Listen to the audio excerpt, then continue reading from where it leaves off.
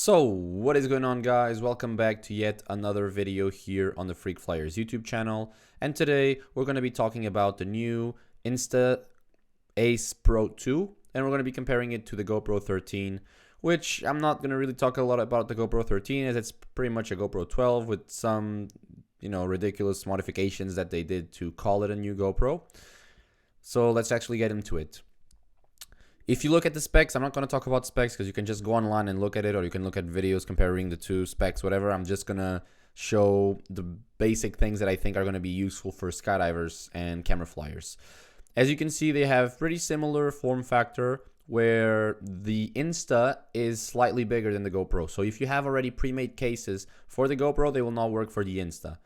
And even though it is bigger, it does have some more features.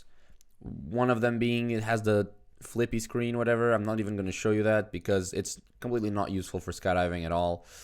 They have the same shape. However, the buttons and the doors and the ports are located in different places. So both of them have the turn on button on the same place. Both of them have the record switch on the same place as well. The screen is on the same place. The lens on the same place. The design is borrowed definitely from a GoPro. However, the ports are a little bit different. In the GoPro, for you to charge it and for you to put the SD card, you need to open the battery door. So if you want to remove the battery door, it's going to have the battery sticking out, and it can have the battery come out accidentally, even though it's unlikely, but it can happen. Whereas in the Insta, that's not going to happen because it's a different separate door from the battery door, and the port, the USB-C port, and the SD card door are different. Not only that, but you can plug the Insta into your computer via USB-C, and you can use it as a SD card adapter, basically. So I've had my GoPro and my 360 Insta X4, and I didn't have a card adapter, and I couldn't use the GoPro because the Macs don't really behave well with the GoPro. You have to import photos. It's a pain in the ass. Whereas with the Insta, it's just an adapter. So you can copy it, you can store it. It's much, much easier compared to GoPro.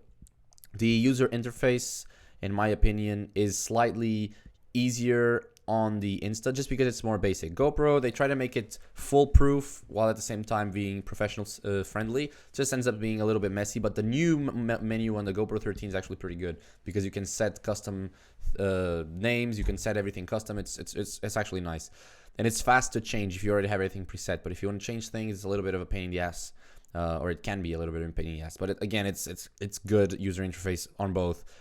I just prefer the one on the Insta because there's less variables. The GoPro, sometimes there's things that change every time you turn off and on. Some of the things, if you change modes, they also change.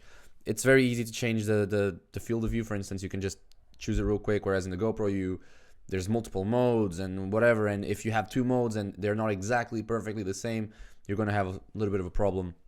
Because you think, okay, maybe the sharpness is on high on one mode where it's linear, and the other one where it's wide. So there's so many combinations of modes you can have. It's likely going to just mess up your head. Whereas in the Insta, you can even press and you see what field of view you want. That's pretty awesome because with the GoPro, to compare the field of view, there's always a blinking in between field of view changes. Whereas in the Insta, it's pretty direct. And of course, it's very, very easy user interface. You slide up and down and you double tap to do this and that and such and such. It's super easy. Anybody that understands what the words mean on the screen will be able to use the camera with no problem whatsoever. Now, let's actually play a video comparison. The GoPro only goes up to 5K at 60 frames per second, and you can shoot in all the field of view modes, whereas the Insta goes up to 8K. So this video is in 8K.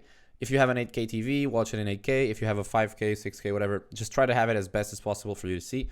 And yeah, this is again one jump that I did with the camera. Once I have more information, I'll definitely let you guys know. And yeah, I'm gonna play the video now and enjoy.